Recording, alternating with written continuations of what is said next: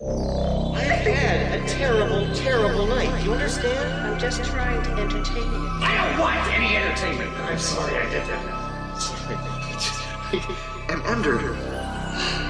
Oh, God.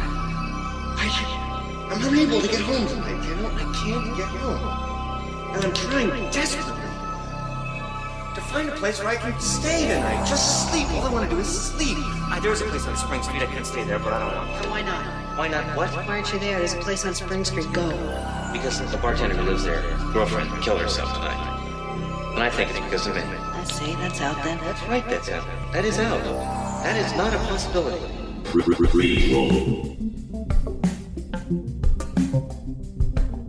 Sequel. Reboot. Which one will it be? It's the Ruined Childhood Podcast. Greetings, Starfighters! Thank you for tuning into Ruined Childhoods. Maybe you're a subscriber, maybe you saw there's a podcast talking about After Hours. I'm sure we're not the first, I'm sure we won't be the last. Anyway, we're glad you're listening. I'm listening. I'm glad at least you're listening, John. I'm glad someone's listening.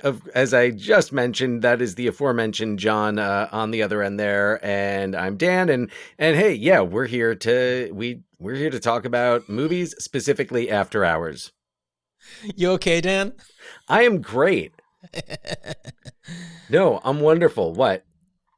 Oh no, you were coming in really hot, and yeah. I just wanted to check in with you. Oh no, I'm excited. For those, just a little behind the curtain here. We usually record in the evenings. That's true. After hours, children's bedtime. After hours, exactly. After hours. Yeah, is it weird that we're recording our After Hours episode like in the middle of the day? Isn't it ironic? Should we be doing this at like 1 a.m. instead of 1 p.m.? Just like from 2 phone booths somewhere. If you can find them, tape recorder. There is a payphone. It's not a phone booth, but there is a. I know where there's some payphones in the little open air kiosks, but not a traditional booth. I have seen a phone. The last place I saw a phone booth was like I was taking a walk around my neighborhood, and it was like there was one in like someone's backyard. Like it was just like an old. Like someone just dumped it there. I have no. Did somebody dump it there, or is it like a cool creative time machine thing that somebody's doing? Not a time machine. Well, okay, that was where I went, and that's fine. that's me. I was like, oh, is it? It didn't have the thing on top, so I pretty quickly determined it was not a time machine. At least not the time machine from the Bill and Ted trilogy. So, right. But anyhow, John, I'm also excited. I'm high energy in tribute to Martin Scorsese. This is After Hours is our first Martin Scorsese film that we're covering on the podcast, and Scorsese is one of my favorite filmmakers. Is that true? I didn't know that. Yeah. One of my, it wasn't until college when I was friends with David Patrick Kelly, not David Patrick Kelly, David James Kelly. I was say David Patrick Kelly, isn't that the Warriors Come Out and Play actor? Yeah, I went to a party amongst in college, many other things. Many other things. Yeah. Oh, yeah. But that's seriously. Not the person you're talking about. Dave Kelly, who has since become a successful screenwriter. I know he's done more, but the latest big screen adaptation of Robin Hood with Taron Egerton, nice. Jamie Foxx, and Ben Mendelsohn, he did that amongst other things. But anyway, he at least at the time was big into Scorsese, and it was like my director was Kubrick that I came to college loving, and I was just like all about Kubrick, and much easier to cover Kubrick's filmography. Scorsese has produced so much. Well, I mean, especially if you count the things he's just produced, right? But if you're talking about directed, even still, that's a very long list. Prolific even if you director. narrow it to the narrative films, it's a long list. In fact, John, I'm curious to know, like for you, would it take more time to list the Scorsese films you have seen or the ones you haven't? I can tell you. I mean, do you want to like run down his list, and I can tell you yes or no? Yes, we will. We will do that. Now, I will. I think we'll stick to narrative films. Yeah, let's do that. And also, I will just and just his directorial films. I'm assuming, right? Yes. Yeah. Yes. So I'll also mention that Martin Scorsese is not my favorite director. Far from it.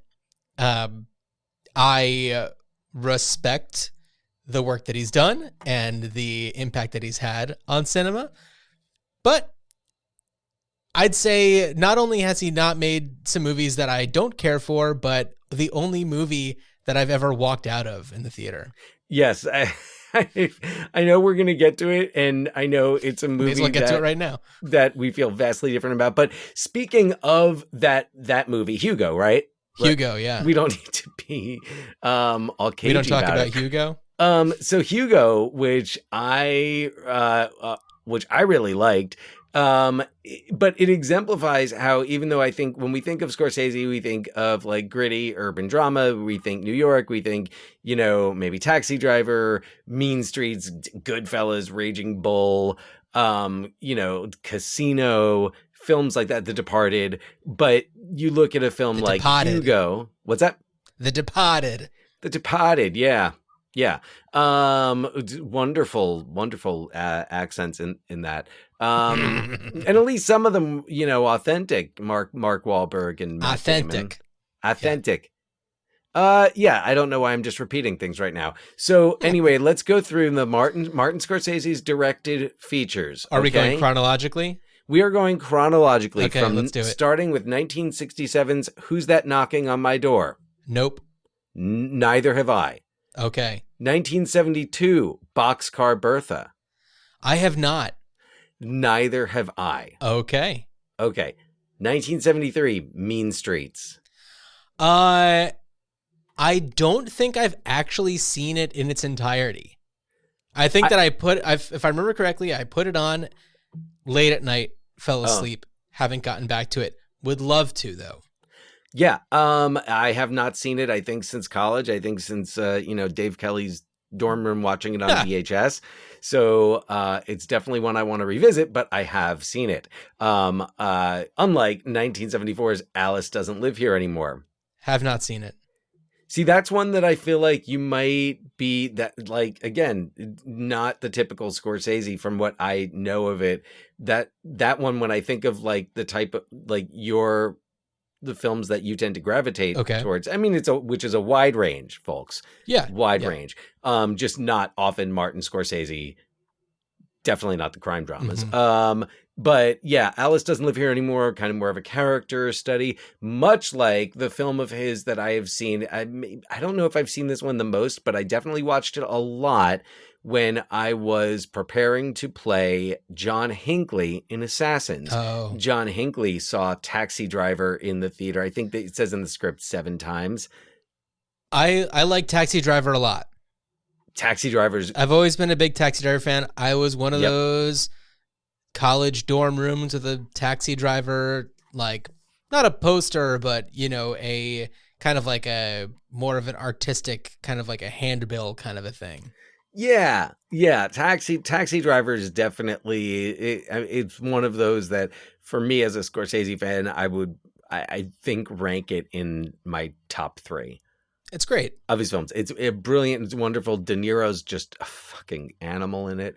But I can't comment on his performance in 1977's New York, because I haven't seen it. Haven't seen it. Okay, I would like to. I want to get to that, but it's like never really streaming anywhere. And I don't know that I want to go to the lengths of, like renting it. At some point I might. So his more Scorsese's foray into musicals, which it's actually now been adapted into a stage musical. And is most notable for being the film that the song New York was written for. I did not know that. Yeah, I think most people just assume if they've heard of the film that the film was named for the song. That's what I assumed. Other way around.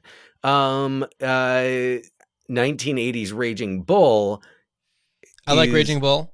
I like Raging Bull. It's one that I feel is, I think it's a showcase of a lot of things. I think editing. Yeah, absolutely. I mean, a lot of his films just are like, he also like tended, like once he found a cinematographer or an editor that really clicked with him, he stuck with him. Yeah. So, I'm sorry, you were saying. Thelma Shoemaker is his editor, going back, what was their first thing that they did together? I mean, who's that knocking at my door? Yeah. Oh, who's that knocking at my door? Yeah. And then Raging Bull, and then not for a few until one that you're probably going to mention either next or soon. I'm running through all of them. Yeah. So, I'm just trying to think of because the next one that she did was King of Comedy, which was the next film that Scorsese made after Raging Bull. I like King of Comedy. I'm a big fan of King of Comedy. Yeah, it's a really fascinating movie.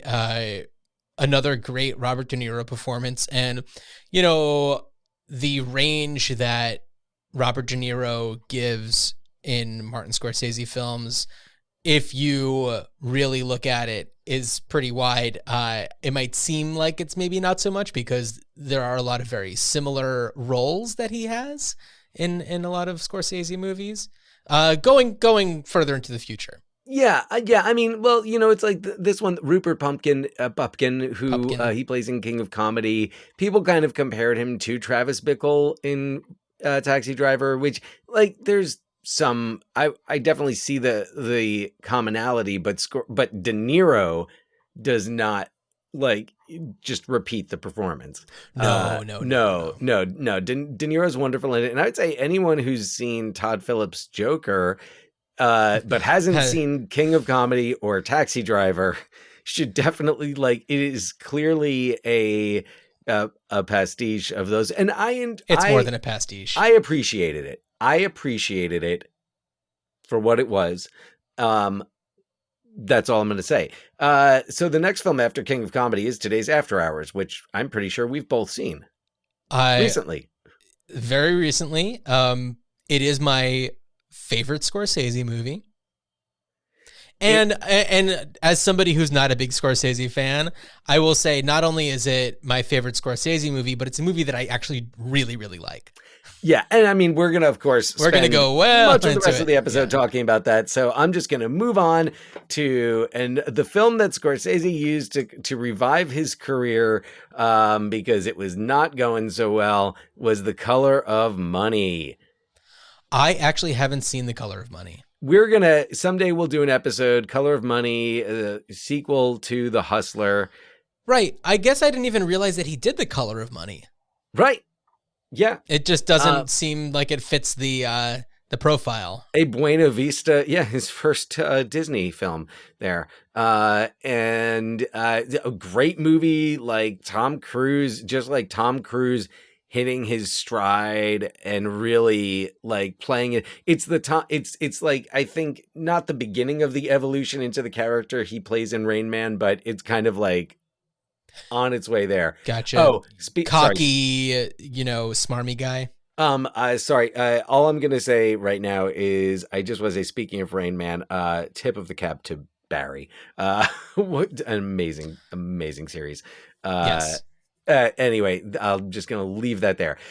So after The Color of Money comes 1988's The Last Temptation of Christ, a movie he had been trying to get made forever. And actually, he was originally given the novel by Barbara Hershey when they were making Boxcar Bertha, under the condition that he cast her in it, which he made good on that promise. So I haven't seen it. I know that this was a movie that he was trying to get made and was actually originally going to be making at the time of After Hours, but the studio funding fell through, and who was going to be his? Tim Burton was going to be the director of After Hours. Right. Or possibly. Well, but instead went on get, to Pee-wee's Big Adventure. We're definitely when he found out that Scorsese was being talked to about it, he was like, "Okay, I'm just gonna go ahead and say I'll go do something else." So that I mean, yeah, and I like everyone. Credit to Tim Burton. Everyone did the right thing. Everyone did the right thing in that situation. Yeah, but could you imagine though? Yeah. If the situation ended up meaning that Tim Burton made After Hours, which I could totally see, and Martin Scorsese ended up directing Pee-wee's Big Adventure. I know that it wasn't a part of any discussion at all, but can you imagine? I would love to visit the alternate universe where that the Everything Everywhere All at Once universe, like, visit that. Yes. Such a thing exists. I need I just like I think I don't know if this is true or what, but I feel like I remember hearing something similar about like Hook and Cape Fear, and that like really? Or I think it was like Spielberg was going to direct Cape Fear, but he wanted to direct Hook more. So he hired Spielberg produced Cape Fear. So hired Scorsese to direct Cape Fear, which we'll come back to. Aidan Quinn was going to originally be Jesus in The Last Temptation of Christ. Of course, it ended up being Willem Dafoe, who can just do Willem Dafoe can do everything everywhere all at once. Yeah, I believe it. Apparently. And was David Bowie in as Pontius Pilate. So I have seen I was watching it because after watching After Hours and just kind of like thinking about it, and there were some things that I was thinking about with it and that made me want to look more into the trajectory of his career and like why he made certain choices. And I saw that Last Temptation of Christ was streaming on Prime, and that was leaving at the end of April. So I watched most of it. Gotcha. Or I would say maybe like 2/3 of it. Like, and it's a strange movie. It's like Peter Gabriel did the score, and there's moments in it that are like almost like a scene you would. I mean, if I can go into, I'm going to talk about one scene. Sure. In The Last Temptation of Christ that I was like, what is this? So they're at a wedding. It's like the brother of one of the apostles got married or something. And they're all like, they're sitting around and Jesus is a guest at the wedding, and whoever's like brother it was, whichever one of the apostles, was like, oh man, like so many more people showed up than we expected, and like we ran out of wine. And Jesus goes, what's in those jugs over there? And the guy's like, water. And Jesus is like, you sure about that? What do you mean? You better check. He walks over, and I am not quoting the scene, but I am not exaggerating. He walks over, dips the ladle in, takes a sip, and he goes, it's wine. And Jesus just kind of like raises a goblet to him and like almost winks. He doesn't quite wink, but it's weird. Like, yeah, I'll watch it at some point. I'm not rushing to check it out. I mean, it's worth watching because it's like, it's interesting. The casting is interesting. Like Harvey Keitel as Judas. Like, and he's a redhead in it. So like redhead Harvey Keitel as Judas. I think that, it's the director revealing themselves when Harvey Keitel is cast as, a role like that. It's very much like a, because Harvey Keitel in Taxi Driver was just, magnetic and absolutely disgusting. Riveting. And absolutely disgusting. I mean, absolutely. And magnetic and riveting. Yeah. Yes, like, it's like, who's the one person who's just creepier and scarier than Bickle? Oh, that guy. Oh, the actor Matthew. Harvey Keitel. Perhaps it was Matthew. Perhaps that was the apostle. All right. So he does Last Temptation of Christ, which is not a financial hit, but it's controversial. Definitely gets his name. It is there. It's a cult classic. I mean, it's remembered. It is definitely remembered. It is, I think it's worth seeing for anybody who is looking at the filmography of Martin Scorsese, especially concerning choices. And it's not as much like, yes, I'm sure, in reality, Jesus looked nothing like Willem Dafoe, and Judas looked nothing like Harvey Keitel. And of course, and it was made in the 80s, et cetera, et cetera. But it almost feels like there's some intention there, because he also does have like a lot of like the background actors are all I would say appropriately cast. Oh, okay. Yeah. So anyway, Last Temptation of Christ, interesting movie. That's the asterisk on the list. The only one that I have seen, not in its entirety, unlike 1990s Goodfellas, which I have seen in its entirety many times. I've probably seen it 2 times, maybe. I am just not, I mean, that's not my genre, you know? Yeah. Hey, it's not for everyone. I understand why people like it. It's kind of, to me, it's kind of like, I'm trying to think. The way that you feel about Goodfellas is probably kind of like the way I feel about Billy Joel. Like, I understand there's something there. I don't get it. It's not for me. I tried listening. Actually, it was the last time that I was driving back from Seattle the last time that I was up there. And I was like, you know what? I'm going to put on some Billy Joel. And because I was like, I haven't listened to Billy Joel in a long time. And I always just remembered being like kind of lukewarm on it. Yeah. And I was listening to it and I was just like, why does anybody like this? And sorry for those of you who do. Yeah. But I was like, a song called Piano Man where, I'm sorry, but someone's wailing on the harmonica and the piano is just kind of like fine. Right. And it's kind of like, as you're saying that, and I'm thinking about every time I have just like talked about how little I like Piano Man.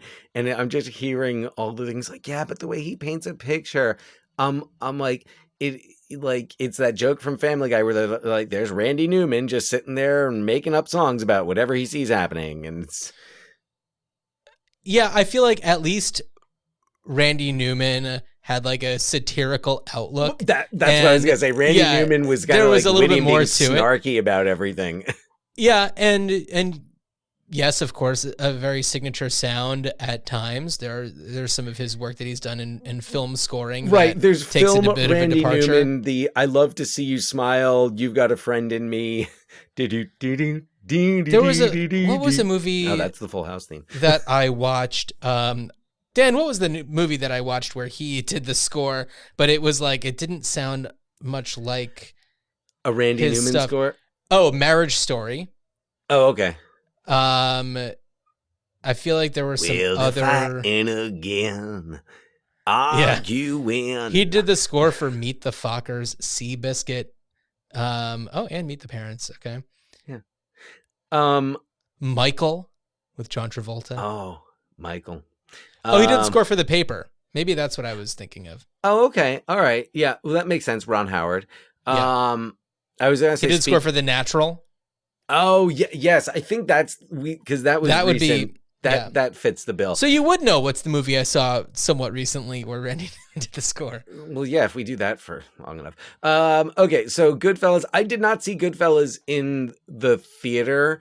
But like at some point, if I have the opportunity, like I would like. Although, man, it's intense and fucking Ray Liotta is brilliant in it. Pour one out. Pesci. I mean, damn. Now the first Scorsese film I saw in the theater was 1991's Cape Fear. Cape Fear is great. I like Cape Fear a lot. Yep. The Scorsese De Niro thing is back. Yep, a great remake. And what I love about it is how it works in members of the original cast. That's true. Yeah. I love Gregory Peck as Katie's lawyer in it, and like, De Niro just got like jacked for it. Oh, De Niro's great in it. It is like it's a De Niro. It was like the Nick Nolte because that was the same year of like Prince of Tides. Yeah. It was just like, oh man, Jesus, like this, like 91 was Nick Nolte's year to shine. Yeah, absolutely. And I love Jessica Lange. Juliette Lewis. Juliette Lewis, thank you. Like you saw her and you're like, wait a second, isn't that Audrey from the Last Christmas? I guess, Christmas yeah. Vacation? I guess if you're just watching it at that time, yeah. No, but then she's reinvented, and now it's like, oh, she's. Oh man, in Cape Fear, and just like, oh, it's so icky. So many of the scenes, and they're so, but like, so shot well, and like Scorsese. I love a Scorsese thriller, and there's really not that many of them. Well, it's also it's a family thriller. You know, a lot of his stuff, you know, you don't really see a lot of, you know, kids coming into play, especially up to this point. Right. So to have a story like that. I'll save because we have not done a Cape Fear episode over our last, I don't know, almost 200 episodes. This is episode 191. Yeah, so I'm gonna reserve further comment on. Gotcha. Okay, Cape moving Fear. on. But now another movie. So one of the things I was talking about before is like his versatility and just how he can really. He's like a master of a lot of genres. And The Age of Innocence, 1993. Okay. I have not seen Age of Innocence. I really want to see Age of Innocence. I was thinking of watching it the other night. I was thinking about, first of all, we just did My Left Foot, thinking about Daniel Day-Lewis. Michelle Pfeiffer. I was thinking about her because I was watching that HBO series, Love and Death, with Elizabeth Olsen. And there's this one scene with Elizabeth Olsen where I'm looking at her and I'm just like, she could be like a Michelle Pfeiffer replica, you know, in the right situation. Like if you needed to cast a Michelle Pfeiffer relative or something like that. If you're remaking The Fabulous Baker Boys, Elizabeth Olsen. And I'd love to. Right there. I'll still keep Jeff and Beau Bridges, but we'll just recast Michelle Pfeiffer. Yeah, except I'm totally kidding. Yeah, no, that would just be weird. So anyway, Age of Innocence. No, I guess that would probably be like a Hemsworth brother situation. Yeah. I'm trying to think of like, because you got to keep it. The Fabulous Baker Boys, part of the charm is that they're actually brothers. And so like to get like an actual brother, maybe it's a Jonas Brothers movie. Well, that would work. They're musical. Yeah. Yeah. No, that would be fun. I'm down for it. The Fabulous Jonas Boys. Yeah. Nick and Joe, and I think that there's a Kevin who people don't like as much. Nick, and I think it's Kevin. I think Kevin. I think you're right. Yeah. I think it's Kevin. That's the only one I'm not sure of, though. So Age of Innocence, that's a film I did not. I don't even know if I have seen that other than the terrible Columbia TriStar Pan and Scan VHSs. Ooh, they were like. I almost respected, because their Pan and Scan was so jittery, like you could tell when it was happening, and you could tell like when they were adjusting for, you know, for the screen size. Anyone else? Yes, to answer your question, I feel like they're okay. So we have, you know, Gen X and millennials, but what's missing is that generation of people who like were very well aware of what Pan and Scan, you know, because there was a while where it was that was less of an issue. You know, once VHS came about and you're getting all of these like reformatted versions of movies that are quote unquote full screen, and you get this Pan and Scan experience, there's a certain subsect of people who it's just like, that's the kind of person who recognizes Pan and Scan and just like cannot watch it or else their eyes will just completely start bleeding.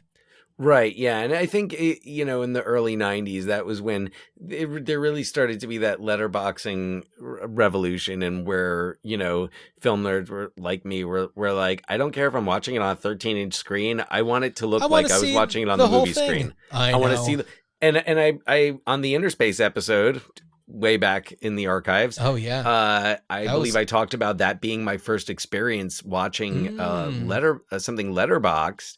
and that they showed, like, before the movie, they were like, this is what letterboxing is. This is what you'd be seeing if it wasn't letterbox. This is what you're seeing. I've also seen that done with like Pulp Fiction and some other films, but Columbia TriStar Home Video had just the most they were like, we are so I wanted to believe that they were like, this sucks, so we're gonna make it suck worse. I remember it mostly with Ghostbusters. I think of it mostly with A League of Their Own. Oh, really? Yeah. Well, I think of, all right. So I think there's statute of limitations on this is passed. So I would hook up 2 VCRs, and some studios, their VHS tapes were not copy blocked. Columbia TriStar being, I mean, like, I wasn't going to do like a shitty copy of a Warner Brothers VHS, but the Columbia TriStar VHS is copied over just fine. So it's like, I had a lot of those in my, like, yes, there was that one, but also like My Life with Michael Keaton and Nicole Kidman. Oh, wow. Or Malice, also with Nicole Kidman and Alec Baldwin. Yeah. So anyway, when I think of The Age of Innocence, that's another one that fell into that category. Just want to flag, we're a half hour into this episode, and we're like not even halfway through Martin Scorsese's filmography. All right. Okay. All right. Here we go. We're going to start steamrolling here. So, all right. 1995, Casino. Have you seen it? Yes. Seen it? I saw it in the theater. I don't love it. Yeah. I mean, I saw it, not in the theater, but on video or something like that, and was just not into it. I'd like to try it again, knowing, Sharon Stone, critically acclaimed performance, so on and so forth. Moving on. Sharon Stone's magnificent in it. And there are moments in the movie that I think are great, but then there are other moments where it's like, I kind of wish it wasn't De Niro and Pesci, because now it's just like, I'm expecting Goodfellas, but this is really not Goodfellas. So wasn't a big fan of Casino. Moving on. Also saw this one in the theater, 1997. Another example of Scorsese going into another genre. His film about the Dalai Lama, Kundun. Haven't seen it. It is and another one where the music choice was really interesting, because Philip Glass did the score. For Kundun. I remember it being beautiful. I have not seen it since I saw it in the theater. I mean, I only know that movie just because of the scene where the Dalai Lama asks a kid to suck his tongue. Oh, wait, no, that was real life like a month ago. Wait, okay. You didn't hear about this? No, I did not. The Dalai Lama, I don't follow him. The real guy was like, joking around with a kid, and it's all televised. It was on camera, of course, and he's deep just fake trying AI. to get him to like kiss him on the lips and then suck his tongue. The fuck? Okay, real life. Moving on before I get in trouble. Okay, 1999. Did not see this in the theater. Totally wish I did. It is great. A lot of people consider it his maybe most underrated. Bringing Out the Dead. I haven't seen it. Been wanting to watch it for a while. So I'd read the novel prior to seeing it, and really thought it was a great adaptation. Also, shout out UB40's Red Red Wine is on the soundtrack.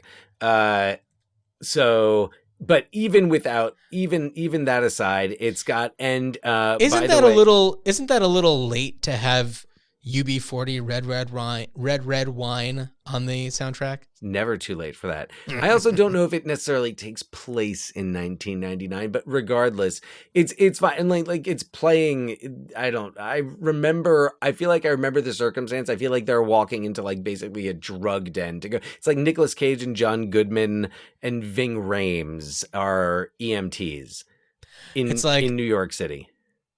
Are they trying to portray that a drug dealer listens to reggae, but not real reggae? Correct. Well, I think it was more like maybe he just had the Pandora reggae station on, except that it was 1999 and there was no Pandora. Well, maybe it takes place in 2009. Maybe it does. I'll tell you what definitely takes place before Pandora and is perhaps my least favorite Martin Scorsese film of all time, 2002's Gangs of New York. Haven't seen it. I only want to see it because I love DDL. Do you want to see Daniel Day-Lewis's performance from There Will Be Blood in a worse movie? No. Then don't bother. Okay.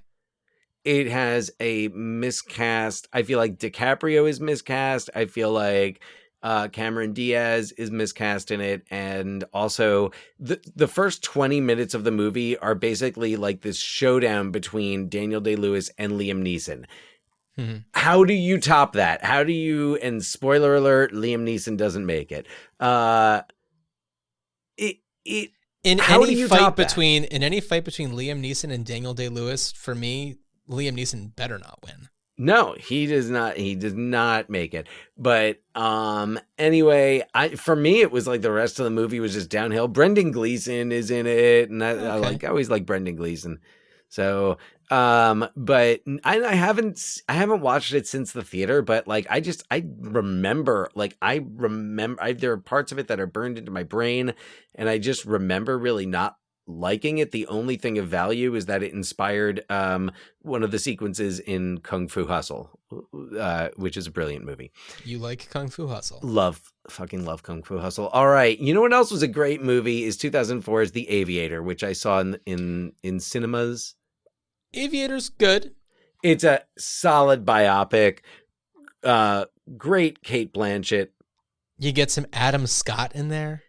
Early Adam Scott. You know what? I haven't seen it since I saw it in the theater again, but oh boy, that's a reason to go back. I thought DiCaprio was great in it. DiCaprio was really good in it. It was right at that time when he was kind of coming out of his boyhood and into manhood moment. So a movie in which he ages, shows a spanning of time, worked in his favor. Well, yeah, and he doesn't always pull off the older, but I thought in this, he did. I remember really enjoying it.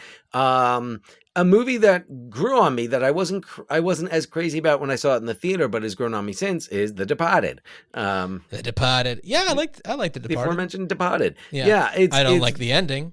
It's really weird. cheesy. It is also worth, for anyone who's a fan of The Departed, very much worth it to watch the original that is based on Infernal Affairs. Hong Kong? Made in Hong Kong, I think? I don't know. All right, so then he goes, I think he's doing some documentary stuff, probably does a Rolling Stones documentary after that. Probably. 2010, Shutter Island. It's one of those I saw love Shutter or hate it. Island maybe in the theater, if not very shortly after it came out. Maybe that was a Netflix DVD that was sent to my house. Rip. Yeah. And not as in rip the DVD, as in RIP Netflix DVDs. And I thought it was interesting. I mean, in terms of like, it's a Martin Scorsese kind of horror film, scary movie. I thought that it was pretty well done. You walked out of it. No, I didn't walk out of it. Oh. I mean, after seeing the movie, I walked out of it wishing it had been in black and white. The Snyder cut. That's the thing, like all these other movies that they put out, like the Mad Max Fury Road black and white. I'm like, I want a Shutter Island black and white. Thinking about Shutter Island though, like when I think about the look of it, it is in black and white. I think it's just because it's such like a desaturated, vibe. Yeah, the accents irritate me a little bit in it, but I remember. I liked it. I enjoyed Shutter Island. It was a good one to see in the theater. Also, I mean, think about the last few movies that you mentioned. This is his DiCaprio era. It's kind of like, is this the new De Niro for Scorsese? Like, has he just found his new Pretty Little Thing? Which is great. Now he's going to cross the streams with Killers of the Flower Moon. Which I am looking forward to. Interesting. So anyway, the movie that so the next movie after that was Hugo, and we already talked about it. But we've gone there. All I will add about it was that for me, and when I saw it in 3D, and I felt like it was the first movie I saw where the 3D was used really effectively to put you give you the character's perspective. This was also the era. What year did that come out? 2011. Yeah. So this is right when it's just like 3D, 3D, 3D. Right. You know, you had Avatar, and there's a lot of movies were just like, okay, well, what can we do that can be in 3D? And so that was just that era where it was, and yeah, it was overdone. I definitely went to a few of them just because I was like curious. I was like, oh, Tim Burton's Alice in Wonderland. I wonder what he did with 3D, and probably a lot of stuff. Yeah, I mean, I don't know. To me, like, that's Tim Burton just entered into his like, I'm gonna make things that look fun phase. So. But hey, once again, we're not here to talk about Tim Burton. So Hugo, and then 2013, The Wolf of Wall Street. Man. The Wolf of Wall Street, I liked on my first viewing of it. There's a lot of things that I like about it. Jonah Hill is excellent. It introduced us to Margot Robbie. Also, it's the DiCaprio era. DiCaprio's fabulous in it. DiCaprio's fantastic in it. Kyle Chandler is really good. You know, this is right. The Kyle Chandler playing an FBI agent era. Yes, this is that era. And when I rewatched it kind of recently, it didn't play for me as well as it did the first time. And it's not because like, oh, I've already know what to expect from it. It's just like, it's exhausting. Right. Yeah. I totally, I get that. It's a long movie and it's like, exhausting. I haven't watched it since the theater. You know what? It's a compelling story. It's a true story. And it's crafted in a way that is representative of the vibe. And I don't know. It just didn't do it for me as the same way that it did when I first saw it. Yeah. I can only speak for my first viewing, which I think that enjoyed. There's a lot of movies that I feel get better the more you watch them. This was not one of them. All right. Yeah, I wouldn't expect it to be. Another one that I've only seen once, and I watched it in parts, but I really liked it, was Silence. Another one that Scorsese was trying to make for a long time. I mean, it's kind of laborious, but Adam Driver and Andrew Garfield are really good in it. It's kind of like complex. It's something where it's like, if I had the time, I would watch it again. I feel like a movie that's called Silence, you know already, just if you only know the title, that this is one that you're just going to have to be in a certain mood to watch. That very true. Very true. I have not been in that mood yet. No, that mood happens rarely. I think at some point it was like, as I'm, doing things in the kitchen, cleaning up, washing dishes, and I put on a movie, and I was just like, you know what? If I don't watch this now, I'm never going to watch it, because like on a Friday or Saturday night when it's like, oh, let's pop popcorn and watch a movie, it's not going to be Silence. So, well, no, because you're not going to hear silence. You're going to hear the crunching of popcorn. Yes. One movie that we actually did, my wife and I did watch we had both like taken a day off from work. And it was like our daughter, we didn't have two kids at the time. Daughter was at like daycare or something. And we watched The Irishman. Okay. Do you want to know how I watched The Irishman? Sure. So this was right after Scorsese had made a stink about how movies are not meant to be watched on a phone. They're meant to be watched in the cinema. And I don't like disagree, but I feel like the way that it came across was like extremely elitist. Yeah. And not understanding, not keeping up with the way that culture is. And I watched The Irishman in its entirety on my phone just to spite him while at jury duty, which I feel like is the extra like twist of the knife to be like, screw you. Not only am I watching it on a phone, but I'm watching it in a place that's like impossible to relax in. But also it's like, I really didn't like that movie. I was so bored, not just because I was in jury duty. The story didn't capture me. I felt like it was for Scorsese fans and nobody else. I know that there's a lot of visual nods in it to movies like, Casino or Goodfellas, and it's going back to that era a little bit. I mean, it's the return of Joe Pesci and right. Robert De Niro. And it's De Niro and it's Pacino. Yeah. It's Pacino working with Scorsese for the first time. So, but it basically it's for those people who, whether they've been like following his career or just like the people who it's like, oh boy, De Niro and Pacino together. I'm going to watch that. I mean, these are all things that intrigued me about it. I did not, and I totally agree with you. It is for Scorsese fans, and if I was not a Scorsese fan, I would not have appreciated it. I really feel that the kind of carte blanche he has with running time does not work in his favor. No, that one, I don't really, the only things that I remember about it, and the only things that you hear people talk about with it are how distracting the visual effects are. Right. How terrible the de-aging is. Yeah. And that is not a good legacy for a movie to have. No. It should have been I think he honestly could have made that movie really well, but he with other actors and with more the Scorsese of the 90s would have done a hell of a job. Yeah. With that movie.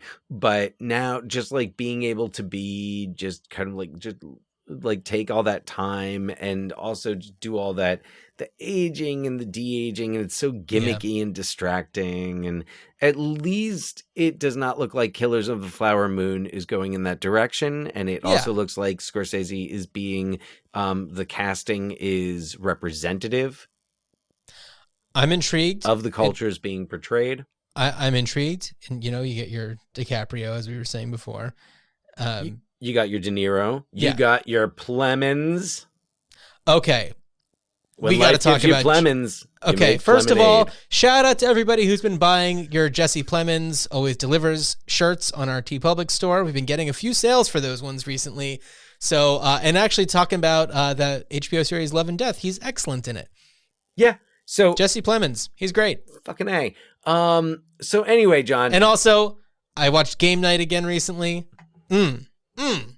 Chef's kiss, Jesse Plemons. Go on, Dan. All right. So, speaking of running time, that brings us to After Hours, After Hours, which does have a brisk. I don't have the running time at my fingertips right now. It's hour 40, maybe 97 minutes. 97 minutes, And I mean, of course, this running time pretty much is what this movie is, especially the third act. It is running time for. So why don't I give a very brief synopsis, and then we'll kind of walk through the cast list, because that tells a really interesting story in itself. Oh, it so does. Yeah. What's a typical night like for Paul Hackett?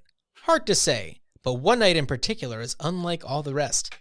After working a typical day at his dead-end pencil-pushing job, Paul meets a charming woman named Marcy at a diner, who takes notice of his book, Tropic of Cancer. Marcy casually mentions her friend's artistic craft and explains that he can buy her art by calling a particular phone number. After he returns home, he makes a move that sets him on a course for the wildest night of his life. He calls the number. That's it. That's all I wrote, because how can you possibly just really crunch down the events to follow? Yeah, I mean, he makes this phone call that just sets things in motion, and he ends up right where he starts. Oh, beautifully. And beautiful. Okay, and so After Hours stars Griffin Dunn, who's he's amazing. He's perfect. He was a producer on the film, I think, before even Scorsese got involved. I love a movie like this where it's a director, especially at the time this is made, that, you know, you might think of him with certain actors and in a certain vibe, but Griffin Dunne kind of doesn't fit that mold. And I know that he's done other movies, as Scorsese had done other movies that, you know, but for a New York movie like this, I feel like to go with somebody like Griffin Dunne, who's, you know, just a normal guy, just like he comes across as a very normal guy. And if you don't know who Griffin Dunne is, he's one of those people where, like, if you saw him, you would be like, oh, that guy. You know, yeah, roll into our archives and check out the Who's That Girl episode. Well, Who's That Girl? Yeah. Definitely. But you also have, you know, he was American Werewolf in London. American Werewolf in London is great. There is a nod to it in After Hours. I'm like, this is there? Cannot be a coincidence. There's a line when he goes into the subway, when he's in the subway station, the transit cop goes, "Must be a full moon out there." It's after he like runs out of the subway station. The transit cop says it to like the MTA worker. And I was like, that has to be intentional, because I think at that time that's what he was most known for, was American Werewolf in London, in which he's great. Yeah. But for a lot of people, when I'm trying to explain to them who Griffin Dunne is, I say he's the teacher from My Girl that she has a crush on. Oh, and that's, I think, especially for our generation, maybe people closer to my age, that's a more identifiable role than something like American Werewolf. Well, yes. But, I would say, you know, he's also the kind of person who shows up in a lot. He was in Succession in the maybe first season. He, you know, had a bit part. Like, he shows up in a lot of things. He's really charismatic. He's handsome, but not distractingly handsome. And this role is so great for him because he can look really cleaned up, and he can also look really disheveled and out of it. And it doesn't take you out of his character at all. What I love about him in this movie is he's the guy who always you know he's in over his head, and you know that perhaps the most when he's trying to act like he isn't. Yeah. There's always this hesitation. It's kind of like, I was listening to an episode of the podcast, The Movies That Made Me, and it was W. Kamau Bell was talking about Denzel Washington, how Denzel Washington is how movies where he's not always in control, it's like, it's always surprising because you see Denzel and like you expect him. It's like he's got everything under control, and with Griffin Dunne, it's the opposite. He's in over his head. You notice that, like, when he's trying to be assertive, it's just like, oh, this is going to backfire. He also has a way about him, and it's something in the way that he presents himself where he's not making good decisions. And there are a lot of times where you're just like, oh, if you would have just said this instead, it would have gone so much better for you. But he has this presence about him where you're just like, I want him to do well. I want him to succeed. Right. He comes across as, you know, a good person, even though his decisions show you he's not a good person. It's kind of like Larry David on Curb Your Enthusiasm. Yeah. It's like you're rooting for him, even though you're like, oh God, you asshole. Yeah. Oh my God. So like, why did you do let's that? keep on rolling through this cast. So Rosanna Arquette plays Marcy, who's fantastic. She's great.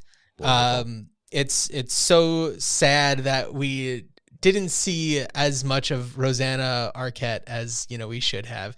You know, definitely a family to be reckoned with, the Arquettes. And I think she's the eldest Arquette. I think Patricia and Rosanna, speaking David, and pour one out for Alexis. Yeah, of course. Of course, but Louis, speaking, the patriarch. You know, you mentioned Who's That Girl? Desperately Seeking Susan. That's Rosanna Arquette, right? Yeah. Yeah. Well, and then also going back to Bringing Out the Dead, we had Patricia Arquette. Right. So Scorsese, Not averse to working with the Arquettes. No, not at all. David Arquette was in Airheads, which we talked about recently. That's all I got there. That's true. That's true. We have Cheech and Chong as Pepe and Neil, who are, it's hard to explain. They are thieves, but they are also purchasers Victims? of fine artwork and and television sets. But they are kind of running along the side of Paul's evening. It's in kind the of shadows. It's kind of like there's a Cheech and Chong movie happening in the background of After Hours. Oh, absolutely. Absolutely. And, at the time, it's funny that they were in this movie, but just kind of as different people. I don't know. Like, Well, and this was, I think, like kind of before they parted ways a bit. Like, I don't think there were any Cheech and Chong movies after this. So yeah, unless does Chong show up in Born in East LA?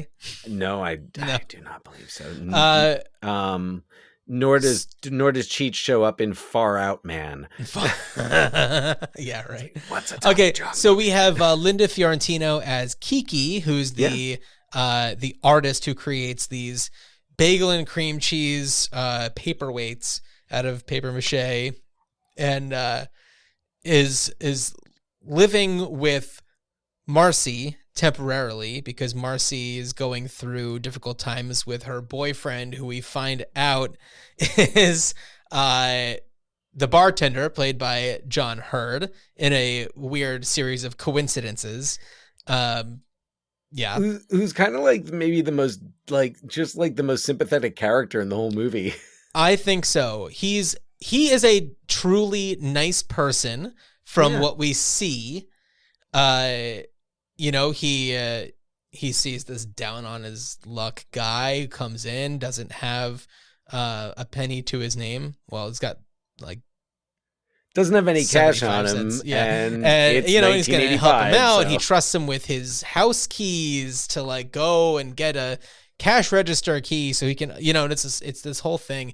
There's just this series of events that keeps on going and going and going. I should also mention Kiki's partner, Horst, who's played by Will Patton. Will Patton. Will Patton, who of Armageddon, of Minari. Which one?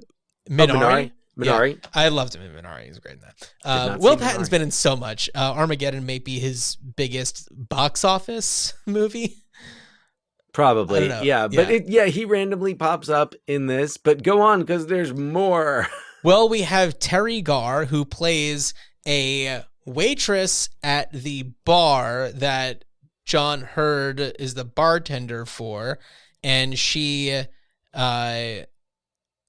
gets Paul to, come up to her apartment. He tries to use the phone, and he's just kind of waiting out there until the bartender gets back to open up the bar so he can get his keys, and she is in her own world. She's, kind of stuck in the 60s, has a beehive hairdo, and listens to the monkeys. Listens to the monkeys. She is an artist who ends up drawing the sketch of Paul that becomes his wanted poster. Yes. As he is suspected for a string of robberies happening in they're in Soho, right? Soho. Yeah. Well, the original title of this, it was written as a graduate thesis at Columbia University. The original title, One Night in Soho. That's really funny. So I have no doubt Edgar Wright was very intentional with Last Night in Soho. Yeah. So, and then kind of one of the ringleaders of the kind of manhunt to find Paul as he is being, is trying to get home, really, is Catherine O'Hara, who plays another of a string of women who tries to help him out and, lets him use her phone, and she's very proud of her Mr. Frosty truck or whatever it is, her ice cream truck. Mr. Softy. She's got it's a legit Mr. Softy truck. Yeah. Yes. And it's what's funny is, again, it's so random, Tim Burton, because she ends up working with Tim Burton just a couple of years later in Beetlejuice. Yeah, another Tim Burton, but we're not talking about Tim Burton. We're not here to talk about Tim Burton. Yeah. Also want to mention Verna Bloom as June, who is in Last Temptation of Christ, who plays Mary, Jesus' really? mother. Mary, interesting. Not Mary Magdalene. The Virgin Mary. Yes. Allegedly. Not and so June plays this woman who lives underneath a it's like an S&M club. An S&M club, right? but like industrial, Lounge. like gothy kind of bar. Yeah. Yeah. Art space. And then, but it's funny because as soon as the typical patrons, it's like Mohawk night at this punk bar. And then as soon as everybody clears out, it is just June smoking a cigarette, who makes sculptural art very similar to Kiki's. I've seen a lot of analysis that is trying to presume that the two are one and the same, but I don't know. There's a lot of analysis of this movie because a lot of it is very metaphorical. I mean, a lot of people think like, oh, Paul is dead the entire time and he's in hell. And that's, I mean, this Soho is kind of meant to represent hell. As he is in the taxi cab going downtown from, I think he's supposed to be on like the Upper East Side. Yeah. And he's in this frenzied cab ride, and it's his descent into hell. And he's trying to get out, but he's unable to do it. Everything is working against him. The subway fare increases to $1.50 at midnight that day. And so he's unable to afford to take the subway. And yeah, you just have this series of events that just brings him further and further. There's all of these hints toward fire and burns, and it's just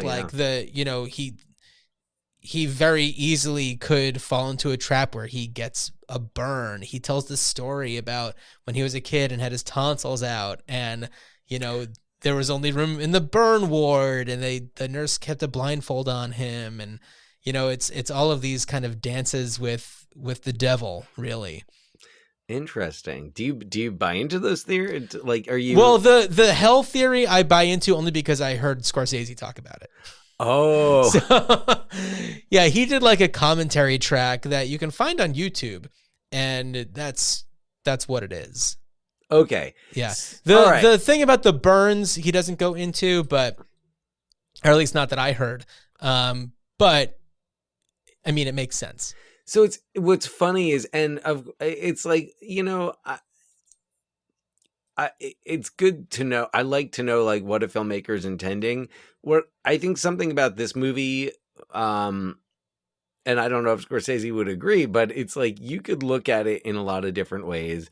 And I think this most recent time that I watched it, I thought about it a lot in terms of Scorsese's career, and Scorsese as a filmmaker with kind of an identity crisis. Huh. As like, he's, like as he's going through, and some of this discussion kind of comes from this other podcast I was listening to that was kind of going into Scorsese's filmography, but talking about how in the 70s, like, he was kind of part of that group of filmmakers that, Coppola, Lucas, Spielberg, De Palma, sure. And how, by the end of the 70s, you had Spielberg and Lucas going into this like this territory of these huge blockbusters, adventure movies. Yeah. But just like these big like summer blockbusters. They invented the summer blockbuster. Did Lucas and Spielberg. And then you have Scorsese, who's he has some he makes a dent there with Taxi Driver and Raging Bull. But then like King of Comedy had bombed, and like New York bombed, and you have this guy who's like, no one is hiring him, and he's kind of like, I have so much more to do with my art. I have so much more to say. And meanwhile, like, you know, Spielberg's just churning out like fucking Close Encounters and E.T., and Lucas is just doing Star Wars and Star Wars and Star Wars and producing Indiana Jones. Well, something that, okay, just kind of going along these this topic where you're kind of speaking about this generation of director, really shepherding in a new wave of American cinema. And if you look at movies from like the late 60s and early 70s, you have a lot of films that are dealing with, you know, counterculture, you know, Easy Rider, things like that. A lot of movies that are focusing on civil rights and kind of allegories for civil rights. Tonally, you kind of have either very like campy, you know, going to the movies, it's just like, you know, it's just for a romp, you know, that kind of a thing, with a dipping a toe into these very serious, you know, dramatic turns. But you don't have a lot of directors, like auteur directors. We're kind of coming out of Hitchcock's, you know, era. We're kind of in a space where it's like, all right, well, what's the next thing? And you do have this cluster, this fascinating cluster of some that are, you know, are very different from one another, some that are very similar. Clearly Spielberg and Lucas, you know, worked together a lot on things, and they were super close friends. And Coppola produced American Graffiti. Yeah, and Coppola, who then, of course, you know, does The Godfather. And there's a lot of crossover in vibe between Coppola's work and Scorsese's work, and you know, a lot of the same actors kind of going in those. And it's kind of like these new kids on the block of late 70s directors. It's funny you say, you know, they're the new kids on the block. No, whereas I think of, it's kind of like Scorsese and Coppola are Backstreet Boys and NSYNC. You know, where they're covering they've got like similar themes, but they're going in different directions with it. And yeah, of course, but like Coppola does The Godfather and The Godfather Part 2, which are mind-blowing in their scale, and then at the same time does The Conversation, which is so that's what I was talking about. Minimalistic. Oh, absolutely. Coppola, I think, is definitely I'm saying that like I have some sort of like epiphany thing to say, but it's like, you know, he comes across as being a more diverse director in his style, even though we just went over all of Martin Scorsese's films, and it's like, clearly, you know, it's like, you know, Dangerous Liaisons, you know, is very, very different from Dangerous Liaisons? Not Dangerous Liaisons. Oh my God. Age of Innocence is what I meant to say. Total brain fart. Michelle Pfeiffer. There you go. And so you have Age of Innocence and Daniel Casino. Daniel Day-Lewis would have been great in Malkovich as well. Though Daniel Malkovich Day-Lewis is great in everything. But what I was kind of going with is that like we're in this kind of crossover era where there are a lot of these great movies that are being made in like the early to mid 70s, coming out of the late 60s. All the President's Men being one of them.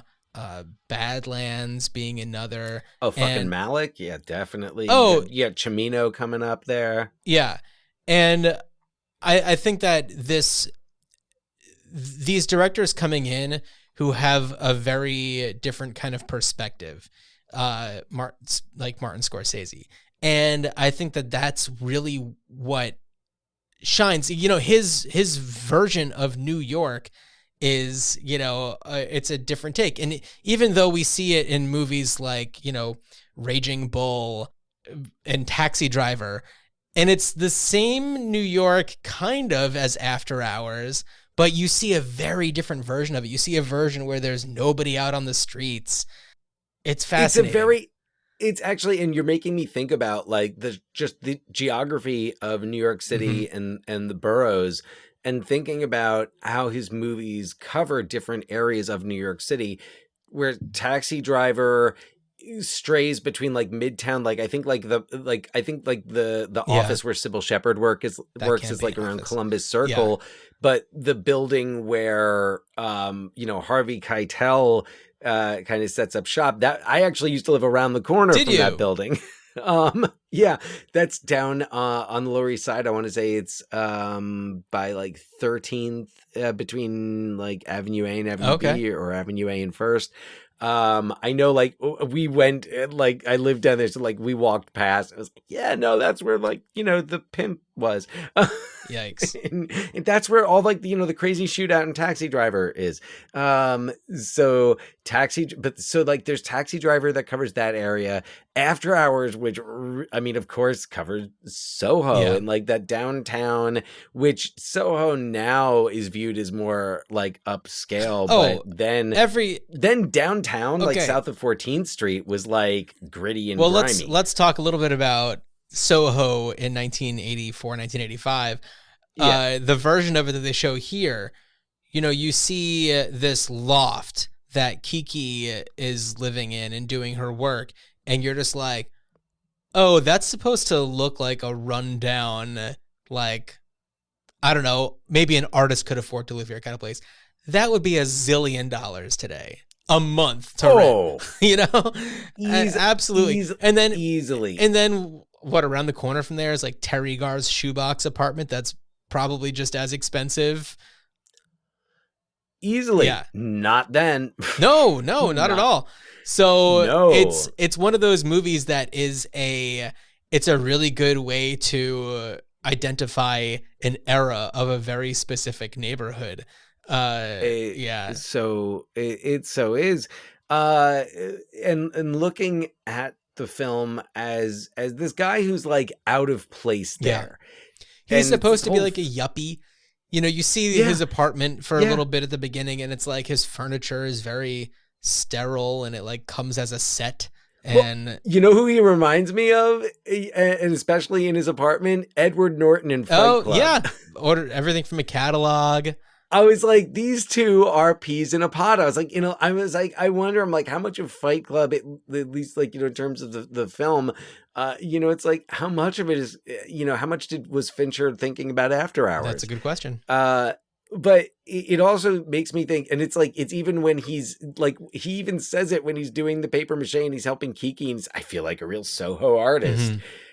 But it made me think a lot of Scorsese at this period in his career, and like kind of the, what am I doing? Like, I made my name doing this type of thing, but that's not working. Like my last collaboration with my last two of my 3 last collaborations with De Niro did not work out well financially. So, and this is what I've heard from different, interviews and everything, but it's like Scorsese at this time in his life had just moved out of, this area. He kind of like grew up around Soho, not exactly this particular type of vibe, but, and went from there to Tribeca. And once he was in Tribeca, he was like, this isn't me. This isn't who I am. And so the kind of the journey of Paul, who's like, you see him on somebody else's first day of work, played by Bronson Pinchot. And he's training him how to do this job. And Bronson Pinchot is just like, oh, well, I mean, it's not like I have to like remember this. I'm going to be out of here in a month anyway. He's like, oh, don't tell the boss I said that. But like, I'm just here to pass the time until something else comes along. And which I was looking. No. We'll come back to that real quick. But the whole idea is, it's getting into the head of Paul, who is like, am I wanting to be here? Like, have I chosen a life that would otherwise be somebody else's, stepping stone to something else? Have I chosen to just be complacent and collect a paycheck and live where I live? Or is there more to life? And when he's given that opportunity by this random person at a coffee shop, then even though it's 11:30 at night on a school night, he goes to work the next day. He takes that chance and he kind of experiences life, even if it's meant to be experiencing death. He's Scorsese directing After Hours, and no, go ahead, because once I start, I'm going to keep going. I'm just going to mention that this film was written by Joseph Minion, based on a story by Joe Frank. Joe Frank was a radio personality who and it's interesting because I'm seeing like story by Joe Frank, but I don't think that it's like official at the time, but I think in retrospect, it's kind of become like, oh, this is based on a story that he told on a radio show in which he kind of goes into this very like poetic and expressive story about, this woman who makes bagel and cream cheese paperweights. And I think that so like mid 80s, like paper mache bagels and cream cheese paperweights. Like I can imagine our mother like personalizing them with her like paint pens.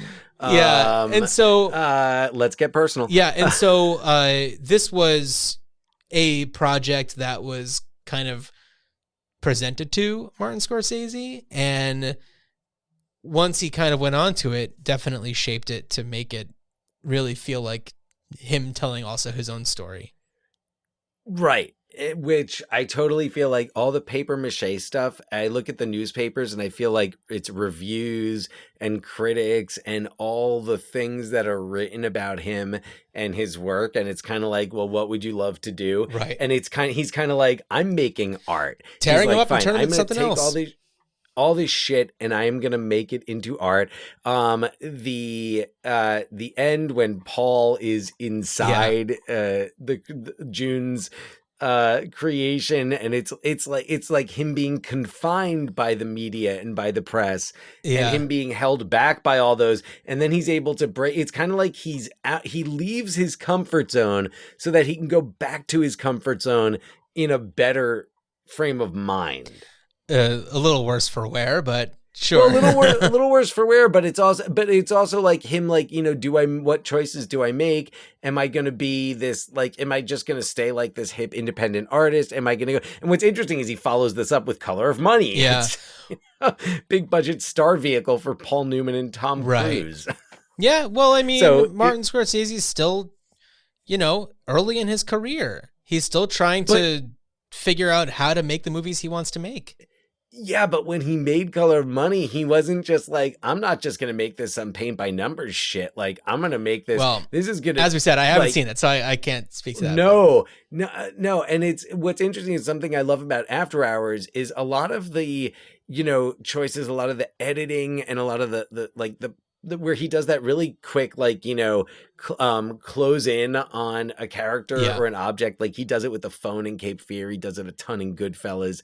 And I love how that style is here in After Hours. I think the very first shot is kind of going through his office and landing on Paul, and it makes you feel very uncomfortable.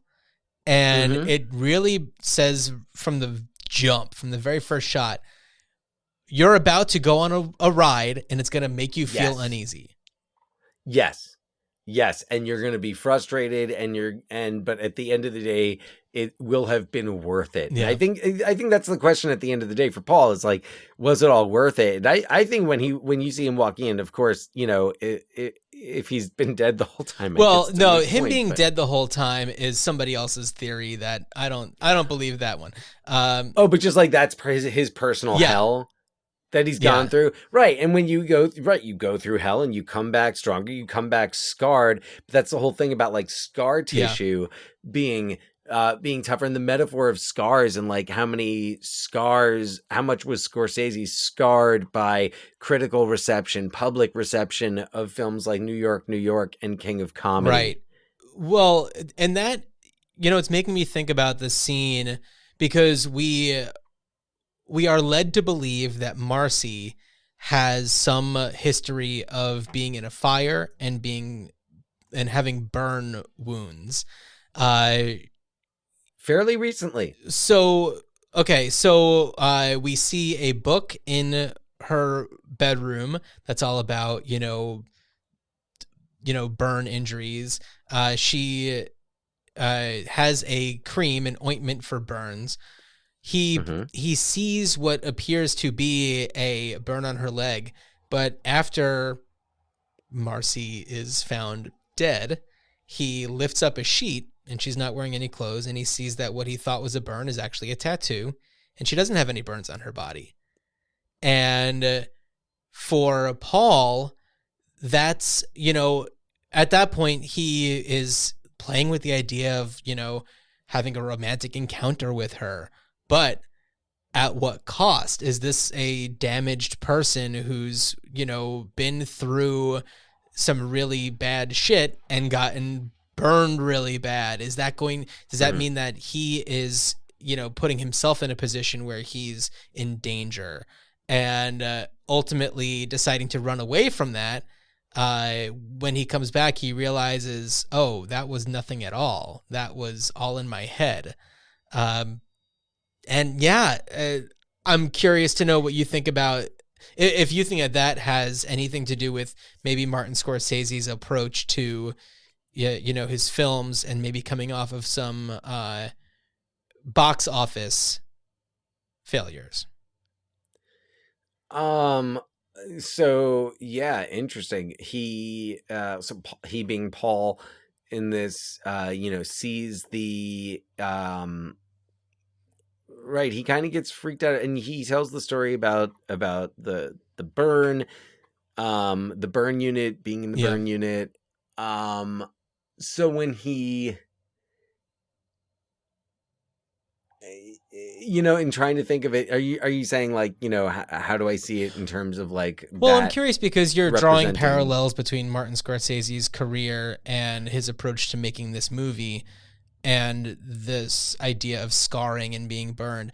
Because the way that I'm thinking about it is almost like what's in his head is worse than the reality.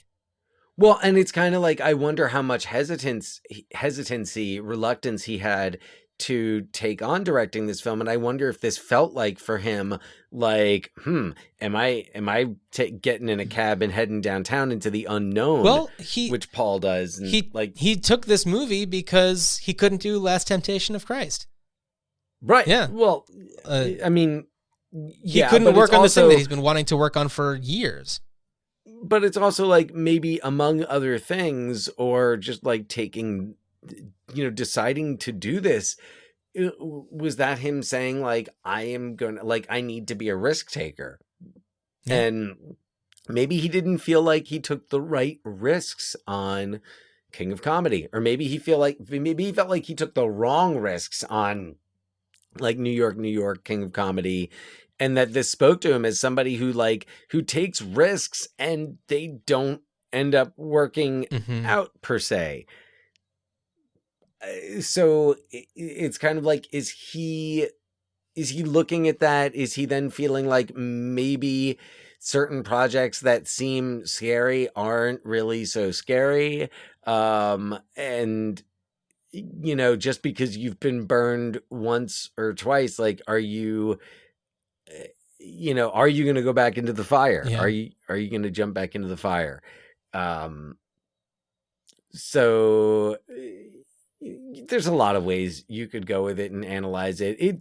To me, it definitely felt like it was Scorsese. Like, even with the score and the soundtrack, with like using composed music, but also having like the punk music that you hear in the club, to the Monkees. There's no Rolling Stones. Well, I know that Martin Scorsese is known for, thinking about the music as, a script is really being written, and making sure to insert things, where it's like, oh, on this page it's definitely going to be the Monkees.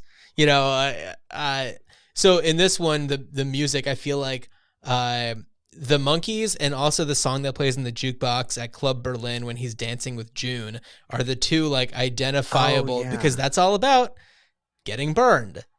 That's going into a fire. I don't remember what the. Oh wait, was that Play with Fire? Was that Rolling Stones? No, it wasn't Shit. Rolling Stones. Okay. I was like, did he use Rolling Stones' Play with Fire in that? I didn't think so. I'm gonna see if I can find what that song was. Let's see. Is it Chelsea? Is it the Joni Mitchell? Oh, it might be Joni Mitchell. Chelsea Morning. Yes. Okay. Yeah. Yeah, no, I mean, but he's got like there's classical on there. There's like Someone to Watch Over Me. Oh right, We Belong Together, Angel Baby, the songs that are playing in the bar. Right, Last Train to Clarksville, the Monkees song. Oh wait, Joni Mitchell, I Don't Know Where I Stand is at Lucy's apartment. That's Terry Garr's character. Right.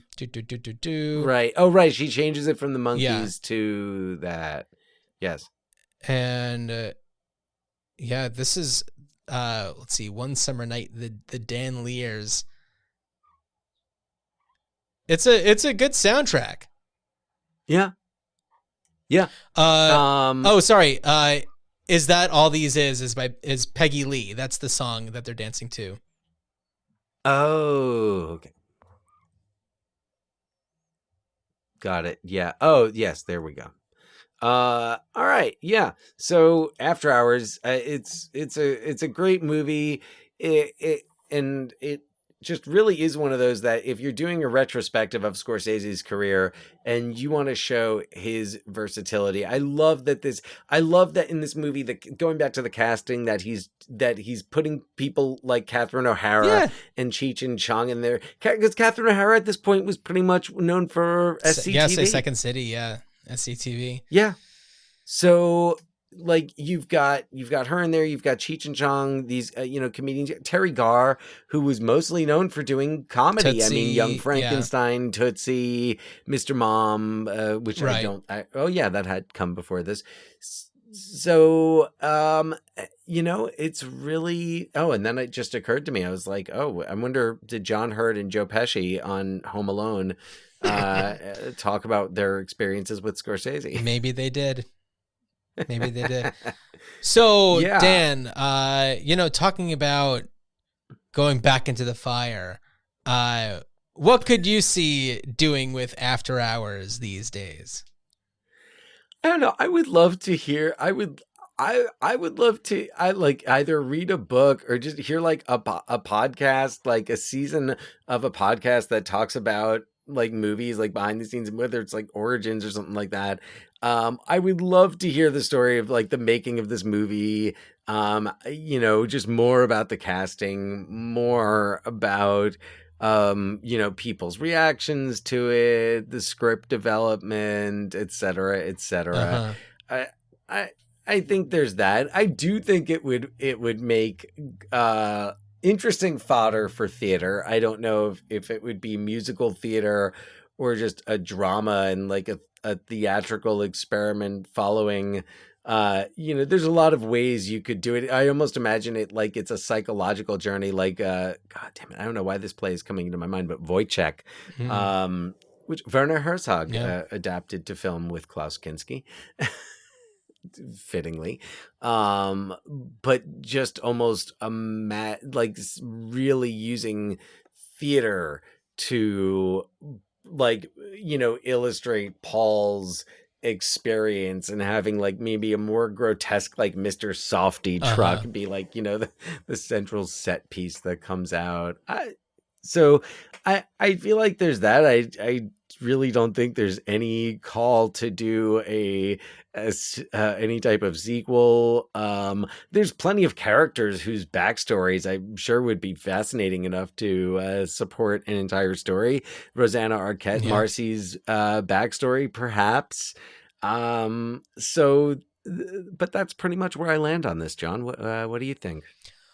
Well, part of me wanted to do something surrounding Lloyd, Bronson Pinchot's character, who talks about his goals for what he wants to do with his life. And it's just like, oh, what if we just followed that guy, But that really wouldn't be true to the, the feeling of After Hours. And so for me, what I was thinking would be what?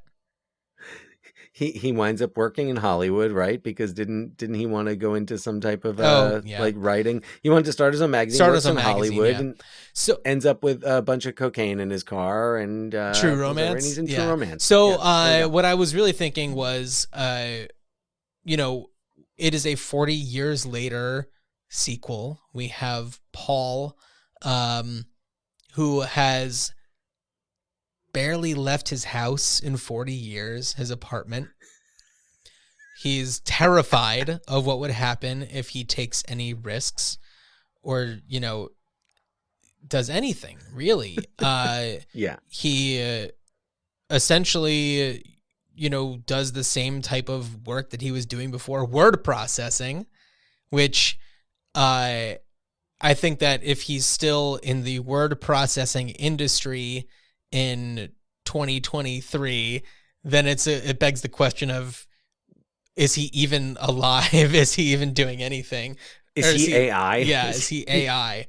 And so Chat G Paul T. And so he's afraid to do anything, and then out of nowhere one evening, his very dusty landline telephone rings. And he hears a voice on the other end, and it is, without a doubt, Marcy's voice. We know that she's dead.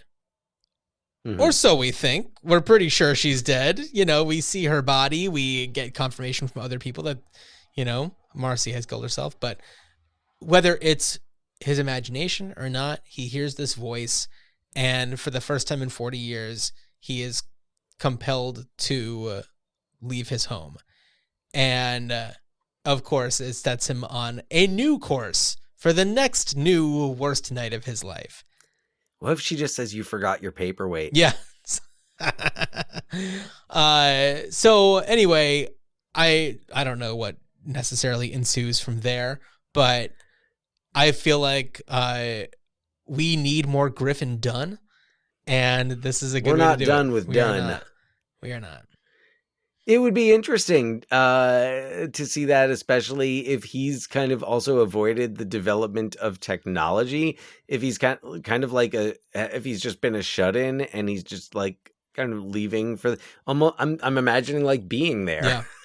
Yeah. The world is very foreign to him. New York is a very different New York. Maybe he does go back to some of the same places where he was at 40 years in the past, and Club Berlin is like some swanky hangout, or like the bar that John Hurd was a bartender at has become this like super bougie Urban Outfitters. Yeah, kind of a place like that. I mean, Urban Outfitters, which is not super bougie. But. Also, Urban Outfitters, I think no one has given them a minute of time in the past 15 years. Oh, I don't know. I'm remembering as like the East Village was kind of being gentrified. The Urban Outfitters always kind of stuck out. Like there was like an Urban Outfitters not far from like St. Mark's Place, which maybe it's one of those like Amazon stores where you don't have to pay a cashier. Oh, it's like where you just walk in and they take like, stuff and walk out. Scan you and steal your genetic code. It's probably something like that. It's just so amazing. It's post-human. Oh yeah, he doesn't know what to do. Yeah, and he's entered a new hell. It's a world that's completely foreign to him. The hell of 2023. I don't know. That's what I got. I think that this is a movie that if something new came about for it, I'd be very intrigued by it. I think there's a lot of people who would be. I think After Hours is one of those films that has become just more well revered. Not a big box office hit certainly, but It's unlike filmmakers when they talk about their favorite films. After Hours frequently comes up, and especially when we talk about Scorsese, and Scorsese's maybe his lesser celebrated films that are equally as good. We said Bringing Out the Dead before, but After Hours is really kind of first on that list. Well, also, this is a movie that comes up in conversations about movies that take place all in one night. This is a big one. Yeah, which is funny. It's in my when I have time to actually open up creative writing projects, there actually was something I was working on that was loosely based on the idea of After Hours, and somebody just kind of on an adventure for the night in Manhattan, set in the mid-90s. Oh, okay. Anyway, so yeah, that After Hours, man, great movie, has recently entered the Criterion Collection. Yes. I'm very curious to know what bonus features that's got. Dan, do you want to tell our dear listeners what we're doing on our next episode of the podcast? Well, we're going from acclaimed filmmaker Martin Scorsese. We are going to be taking a look. What? Go ahead. You say we're going from acclaimed director. We're also going to, maybe not director, but we're going to some minds that have gone on to, or were around some other big successes. We'll talk about that on the next episode. Yeah, so our next episode is going to be talking about the 1991 spy action comedy starring Richard Grieco. It's If Looks Could Kill, co-starring Linda Hunt, Roger Rees, Gabrielle Anwar, and it's just a fun little screenplay and some creative people working on it. Fred Dekker of the Monster Squad, and Darren Star of Sex and the City. Darren Star, who created an empire. He created a cultural phenomenon. No slouch. So there's no slouch. There is some pedigree. No, there is some pedigree to this film. So If Looks Could Kill, from 1991. Can't wait to talk about it, John. Yeah, and we certainly hope that everybody listens to the next episode. It's going to be a lot of fun. Check out our TeePublic store. We got some fun stuff on there. Feel free to email us with maybe your thoughts about After Hours or any other of the films that we have talked about, or maybe If Looks Could Kill. ruinchildhoodspod@gmail.com. Oh, and speaking of, it makes me think of another movie that After Hours reminds me of, that we have talked about and that we have some merch associated with. So if you want, I was drugged and left for dead in Mexico, and all I got was this lousy T-shirt from the Michael Douglas thriller The Game. Somebody who goes on a pretty wild ride. Yeah. Also, you could definitely have a film festival with that and After Hours and a few others. Maybe even Pee-wee's Big Adventure. I could certainly make a case for it. Well, Dan, I feel like I could go in a lot of directions with this one for this particular movie, whereas I couldn't do it in the last episode.